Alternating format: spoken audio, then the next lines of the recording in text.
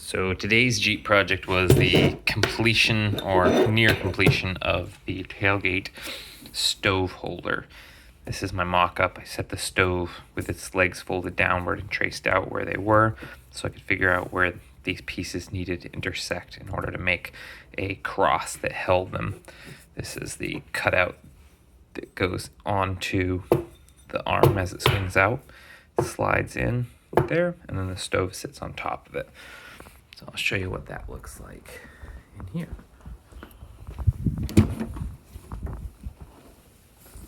So tailgate cable folds up, and this arm is now notched and slotted specifically for this little guy, which I'm actually going to put two more of these nutserts that I put in it just like this, right here and here.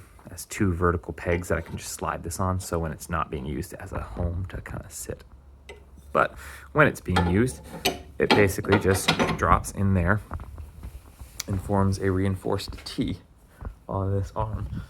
And I plan on actually putting like an eye bolt up here and running a cable tether down to here just as a support arm. This does hold, it's supposed to hold 150 pounds, but I would just prefer to have something else on it.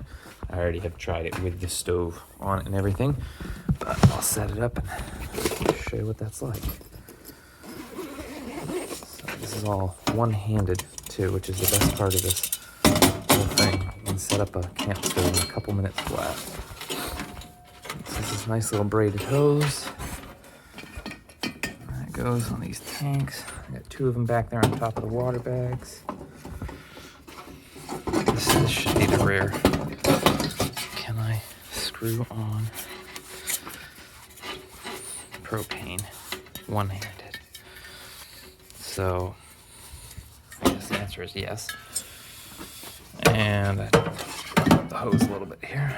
Take that down. And then this has three legs on the bottom that normally fold about a 45 or so out from the edge. But for what I've designed, I've kept the legs folded straight down. And I might put some bolts on the legs to hold them still. But the premise is that each of the legs is kind of hard to line up with the camera in hand. Oop. Each of the legs has a point to grab onto, and that cutout in the bottom meticulously fits the bottom of the grill and all of its little nuts and bolts. That's why there's all those little weird notches in there. But what that does is it makes it so the stove can be held right there, and you just have to turn the gas on, and boom, Jeep stove.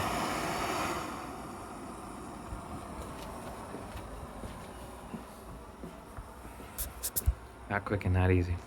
And I've already put a pan on this. I've put about 10 pounds on top of it, so I can hold quite a bit. I'm going to reinforce it, like I said, so it'll hold a little bit more weight. But that is the camping setup coming along day by day.